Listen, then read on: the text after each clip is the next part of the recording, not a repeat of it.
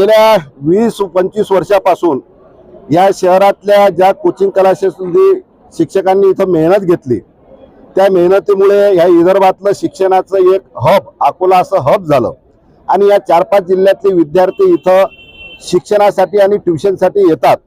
त्यांचे आई वडील बहीण भाऊ सोडून ते इथं येतात, परंतु त्यांच्या सुरक्षेची कोणती यंत्रणा ह्या शहरामध्ये नाही।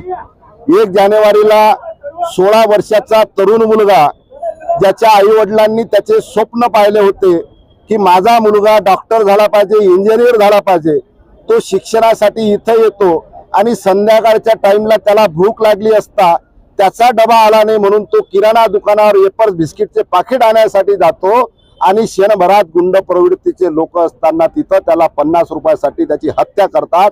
म्हणून या शहरातला कोणता तरुण इथं सुरक्षित राहायला पाहिजे, एका मुलीवर कोणता अन्याय झाला नाही पाहिजे। या अन्याय